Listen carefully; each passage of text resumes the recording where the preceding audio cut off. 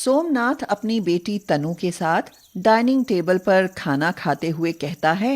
वाह शांति, भाई क्या गोल गोल रोटियां बनाई हैं। ऐसी गोल गोल रोटियां खाकर तो आनंद आ जाता है। क्यों तनु, तुम्हारा क्या कहना है? तभी शांति कहती है, तुम्हारी तनु को तो गोल गोल बातें बनाने में ही आनंद आता है। रोटियां बनाना तो यह सीखना ही नहीं चाहती। ओहो मम्मी, सीख लूंगी, अभी कौन सी जल्दी है। शांति तनु से जब भी खाना बनाना, खास तौर से गोल गोल रोटियां बनाना सीखने की बात करती, वह कानों पर से टाल देती। एक दिन शांति तनु को समझाती है और कहती है, गोल गोल रोटियां खानी सभी को पसंद आती हैं तनु बेटी। तो क्या हुआ मम्मी? होना क्या है, कल को ससुराल जाएगी और तुझसे गोल गोल रोटियां नहीं बनेंगी तो तेरी सास चुटिया पकड़कर घर से निकाल देगी। तो क्या हुआ मम्मी, मैं अपने घर चली आऊंगी। तनु यह कहकर हंसने लगती है। तनु का रंग तो गोरा था ही, ऊपर से नयन नक्श भी बहुत सुंदर थे। अपनी इसी खूबसूरती का उसे घमंड हो गया था। कॉलेज में सब तो पढ़ाई लिखाई की बातें करते और तनु अपनी खूबसूरती की बड़ाई में ही उलझी रहती। आयशा, तुम भी कितनी बोर हो यार, हर समय किताबें चाटने में लगी रहती हो। तुम क्या मलाई चाटने में लगी रहती हो? ए मैडम, मैं तो खुद मलाई हूँ, फिर मैं मलाई क्यों चाटूंगी? मेरी ब्यूटी के आगे तो मलाई भी फेल ही है। तनु की ऐसी फालतू की बातें सुनकर उसकी एक सहेली सीमा उसे समझाने लगती है तो वह भी उससे मुंह की खाती है। पढ़ाई पर ध्यान दो, डिग्री मिल गई तो शादी के लिए कोई अच्छा लड़का मिल जाएगा। हाँ, मेरी डिग्री तो मेरी खूबसूरती है, इसे देखकर तो कोई भी सरकारी नौकरी वाला मुझे पसंद कर लेगा। तुम अपनी सोचो, तुम्हें टमाटर बेचने वाले ही मिलेंगे। एक खूबसूरती की दुकान, जानती भी है टमाटर कितने महंगे बिकते हैं। बिकते होंगे, मुझे क्या। कुछ दिन बाद तनु अपनी सहेली सुमन के घर जाती है। जब वह सुमन के घर पहुंचती है तो सुमन रसोई में गोल गोल रोटियां बेलने में लगी होती है।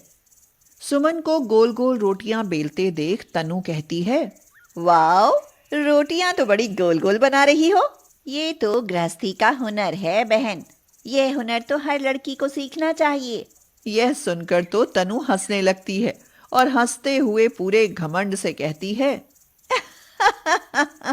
पर मेरे जैसी खूबसूरत लड़की को यह सब सीखने की कोई जरूरत नहीं है। वो क्यों तनु? वो इसलिए क्योंकि खूबसूरत लड़कियों से रोटी बनवाता ही कौन है? ये तो आम लड़कियों का काम होता है माय डियर सुमन। यह सुनकर तो सुमन अपना माथा पीट लेती है और मन ही मन कहती है, अब इस मूर्ख को कौन समझाए कि रूप रंग की कदर भी तभी समझी जाती है जब गुण हो। कुछ समय और बीत जाता है और तनु की कॉलेज की पढ़ाई खत्म हो जाती है। पढ़ाई खत्म होते ही शांति को तनु की शादी की चिंता सताने लगती है और वह तनु के पिता सोमनाथ से कहती है, अब तो कॉलेज भी हो गया, अब तो तनु की शादी करने की सोचो। अब तनु को बुलाओ, अभी सोच लेते हैं। शांति तनु को बुलाती है और सोमनाथ तनु से कहता है, अब तो कॉलेज भी हो गया, अब तो शादी कर ही लो तनु बेटा। शादी तो मैं कर लूंगी पापा, पर मेरे लिए सरकारी नौकरी वाला लड़का ही ढूंढना। हाँ ठीक है, ये भी ठीक ही रहेगा। कुछ दिन बाद सोमनाथ तनु के लिए सरकारी नौकरी वाला लड़का ढूंढकर रिश्ता पक्का कर देते हैं। लड़का दिनेश और उसकी मां गायत्री तनु को देखने के लिए आते हैं। गायत्री और दिनेश खाना खाने बैठते हैं तो थालियों में गोल मोल रोटियां देखकर खुश हो जाते हैं। गायत्री कहती है, अरे वाह, गोल गोल रोटियां तनु बेटी ने बनाई हैं। वो मैंने इससे पहले कि शांति कुछ बोल पाती, सोमनाथ उसे बीच में ही टोक देते हैं और कहते हैं, माफ कीजिए, ये कहना चाहती हैं कि मैंने तनु को गोल गोल रोटियां बनाना बचपन से ही सिखाया है। यह सुनकर गायत्री फूल कर गोभी सी खिल जाती है और झूमते हुए कहती है, यह तो बड़ी अच्छी बात है, मेरे दिनेश को गोल गोल रोटियां खाना बहुत पसंद है। फिर तो मौज ही मौज है। अब तनु दिनेश को रोज गोल गोल रोटियां खिलाएगी। क्यों, मैंने ठीक कहा ना? बिल्कुल ठीक कहा भाई साहब। सोमनाथ को इस तरह झूठ बोलते देख शांति को उस पर गुस्सा तो बहुत आता है, पर वह अपना सारा गुस्सा पी जाती है और मन ही मन बड़बड़ाती है। इनका क्या करूं? देखो तो कैसे टपर टपर झूठ बोले जा रहे हैं। बेटी को टेढ़ी मेढ़ी रोटी नहीं बनानी आती और ये जनाब है कि गोल गोल रोटियां बनवा रहे हैं। झूठे कहीं के। कुछ दिन बाद दिनेश और तनु की शादी हो जाती है। शादी के बाद गायत्री के पड़ोस में रहने वाली उसकी कुछ सहेलियां तनु को देखने आती हैं। बहू तो चांद का टुकड़ा है। गायत्री बहन, बहू खाना कैसा बना लेती है? खाने की तो पूछो मत, ऐसी गोल गोल रोटियां बनाती है कि खाने वाला खाता रह जाए। यह सुनकर उसकी सहेलियां कहती हैं, फिर तो आज हम नई बहू के हाथ की गोल गोल रोटियां खाकर ही जाएंगी। हाँ हाँ, क्यों नहीं। बहू जाओ, इनके लिए सब्जी और गोल गोल रोटियां बनाकर ले आओ। तनु रोटियां बनाने के लिए रसोई में चली तो जाती है, मगर परेशान हो उठती है। वह रोटी बेलती है तो रोटी गोल नहीं बनती। वह आटे का गोला लेती बेलती, पर रोटी गोल नहीं बनती। इसी कारण तनु बहुत दुखी हो जाती है और दुखी होकर अपनी माँ को फोन करती है और घबराते हुई कहती है, माँ माँ, मुझसे रोटियां गोल नहीं बन रही हैं, अब क्या करूं? यह तो अब तू अपने पापा से पूछ बेटी। मेरी बात को तूने कानों पर से टाल दिया था ना। यह सुनकर तो तनु और भी घबरा जाती है। उसे समझ ही नहीं आता कि वह क्या करे और क्या ना करे। यही सोचते सोचते उसे अपने आप पर गुस्सा आता है और वह आटे का गोला उठाकर फर्श पर फेंक देती है। लो, जो होगा देखा जाएगा, मुझसे नहीं बनती गोल गोल रोटियां।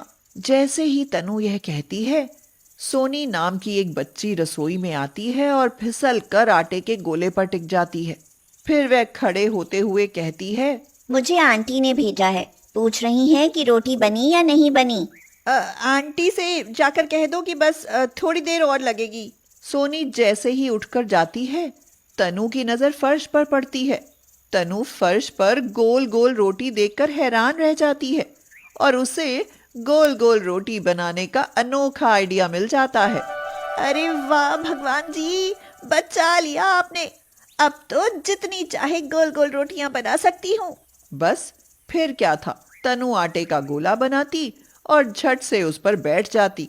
फिर उठती तो गोल रोटी मिलती।